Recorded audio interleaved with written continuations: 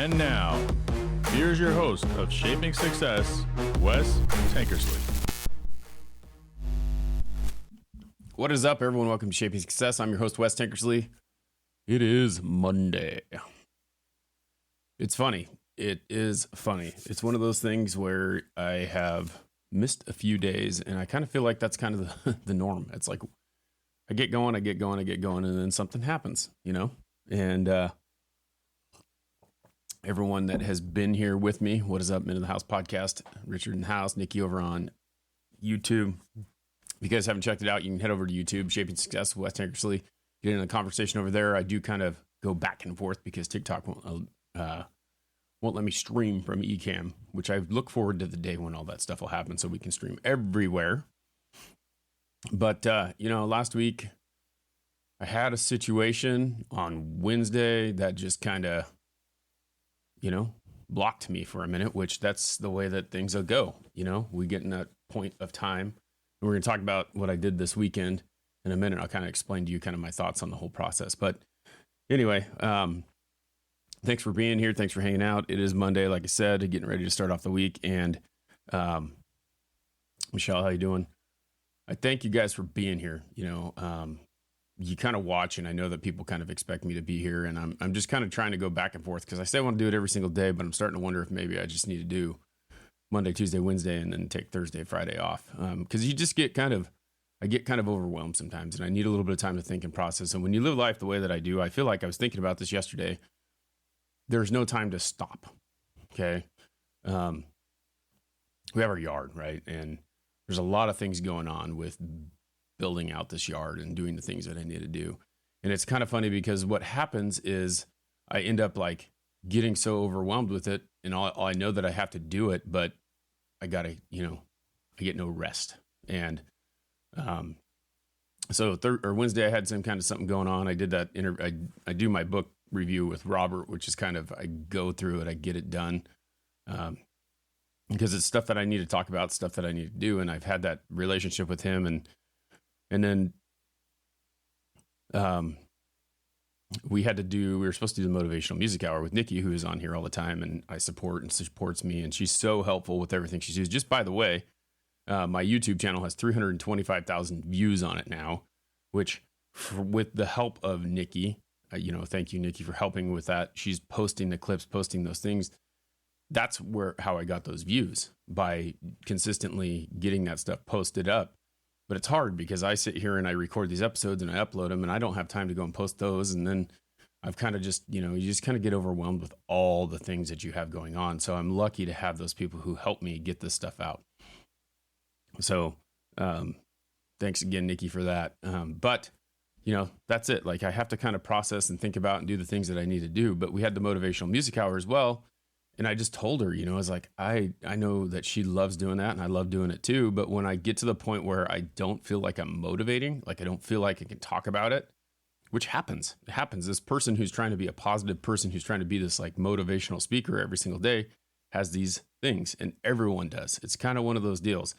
You can't be like, I can't force myself to be in a positive spot and feel like I'm just kind of going through the motions, because it's like smiling, right? Smiling for me is one of those things where people have told me I have a great smile, this and that, blah, blah, blah, but I can't do it like fakely. So if someone tells you to go take a picture and smile for a picture, I have a really hard time doing that because it's not genuine. It's not something that, like, I hate taking pictures and I don't like smiling,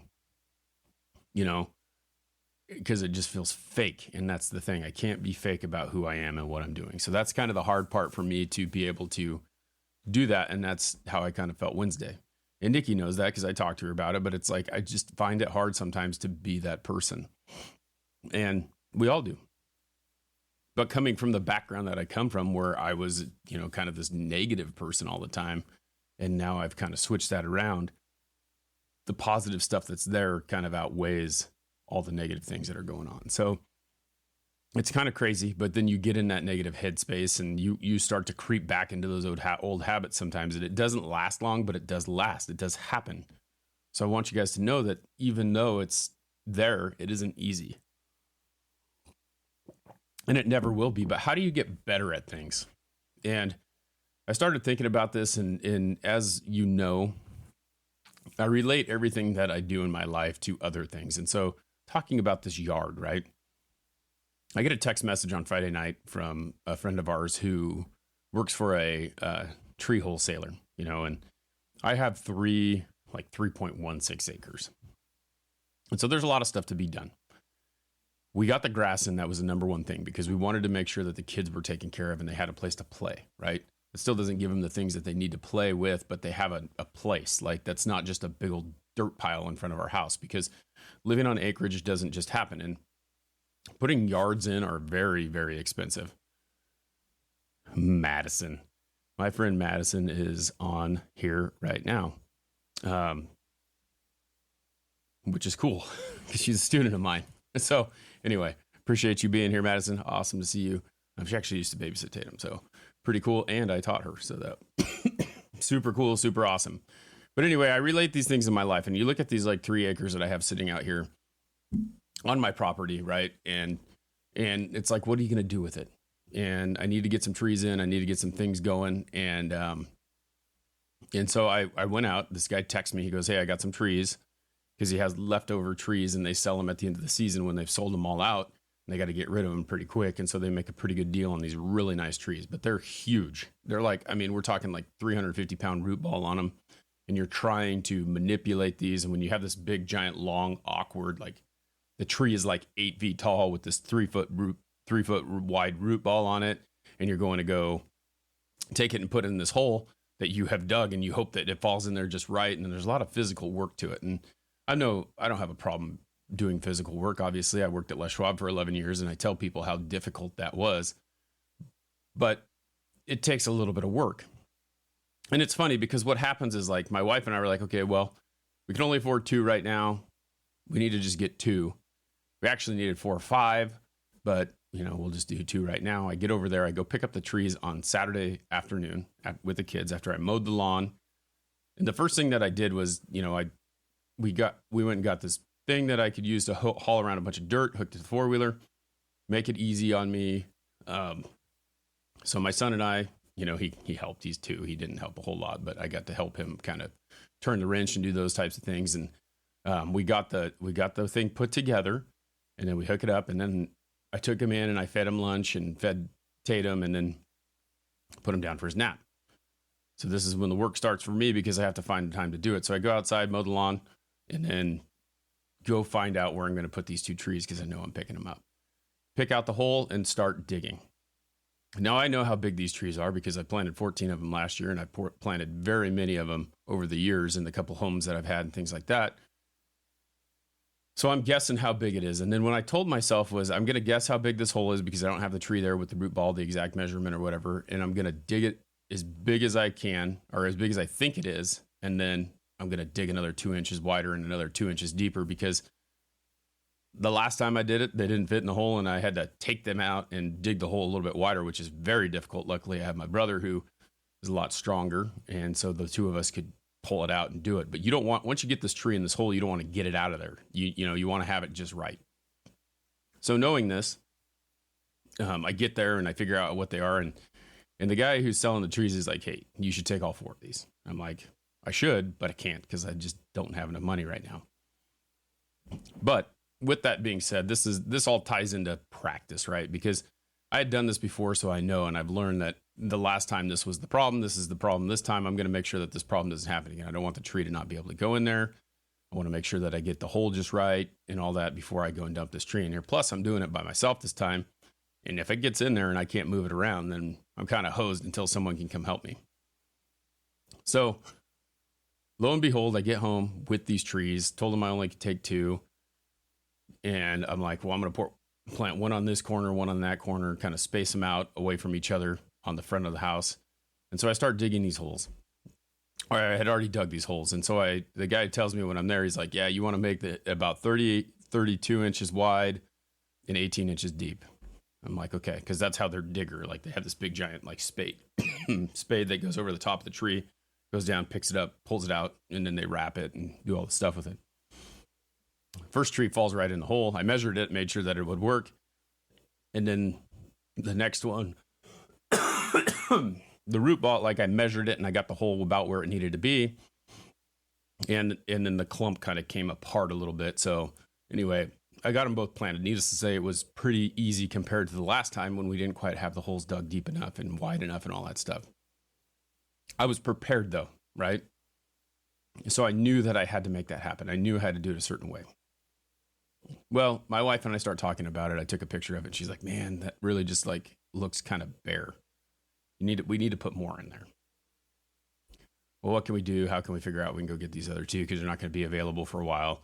And, the nice thing about it is if you get them in there, they'll be in the same growth rate. They'll get kind of big at the same time, typically, although trees all grow at different time. She's like, let's figure it out. So we figured out a way. And as he told me I should have took them both, I went back and ended up buying two more. Not before thinking that I have to figure out that I had to see if he still had these other ones. He's like, they're going to go quick. We're not going to have them. I may not have them tomorrow. So I texted him and I said, hey, do you still have those? And he goes, no, actually, they're gone. I'm like, okay, so let's talk about what else you have. So I sent him a text and I said, hey, what else do you have? We started talking about it. And at this point, we're like, well, maybe we'll take these ones. But we also, I'm just going to have my wife come over there and look at what you have left. And maybe we'll pick two other different ones. He goes, you know what? He goes, I just got, and this was like 20 minutes later, the lady who was going to take those decided to take something different. So I still have those two birches. I was like, awesome. Okay, I'll be there at whatever time, is 8 o'clock in the morning. All right. So at 8 o'clock in the morning, I get up early on Saturday or Sunday to go plant these trees. And the cool thing about it was the next time, because the work that I had done the previous day, I knew exactly what I needed to do on these next two. And I knew that I had to make sure, just like even to digging the hole, the process of digging the hole was so much easier because I knew how I had to do it. I knew what I needed to do, to how wide I wanted to make it, to how big the hole had to be, to the process of what it was going to take. And so instead of it taking me, 2-3 hours to plant two trees, it took me an hour. All because I learned from what I did before and made it better the second time around. So when we talk about practicing things, that's really where that goes. That's really the things that I think about. And it's really hard for people to understand that if they don't do those things. Getting better at whatever you do requires you to practice. It's not going to be easy the first time. It's not going to be easy the second time. And I'm telling you, this is as simple as planting a tree, but I would like to see people go out and try and do this thing that I have done and see that it isn't that easy. And there is a process to anything that you do. And if you can hone that process, no matter what you want to do, it will become much easier when you continue to process it and work on it and figure out the best way to make it happen. And you can make your time quicker. You can get things done a lot sooner, but you got to practice it. And that's how this positivity thing is. It's never easy. It's never easy, but you have to realize that you can relate that to the things that you're doing in life. Things as simple as planting a freaking tree. So I could have been out there all day working on that, doing those things, and just like been working on this yard all dang day.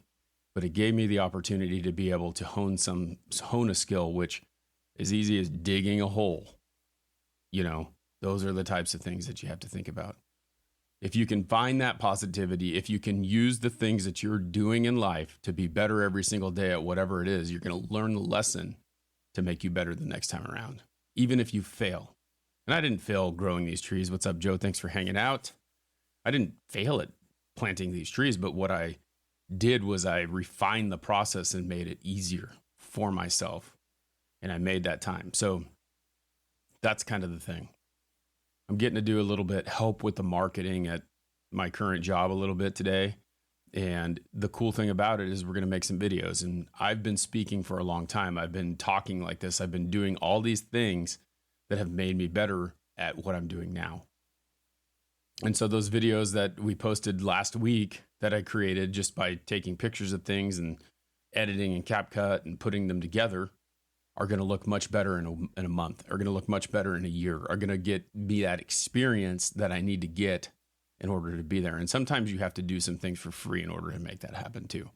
So remember that. It's not about always getting paid for what you're doing, but it's proving your worth and showing people that you can do those things.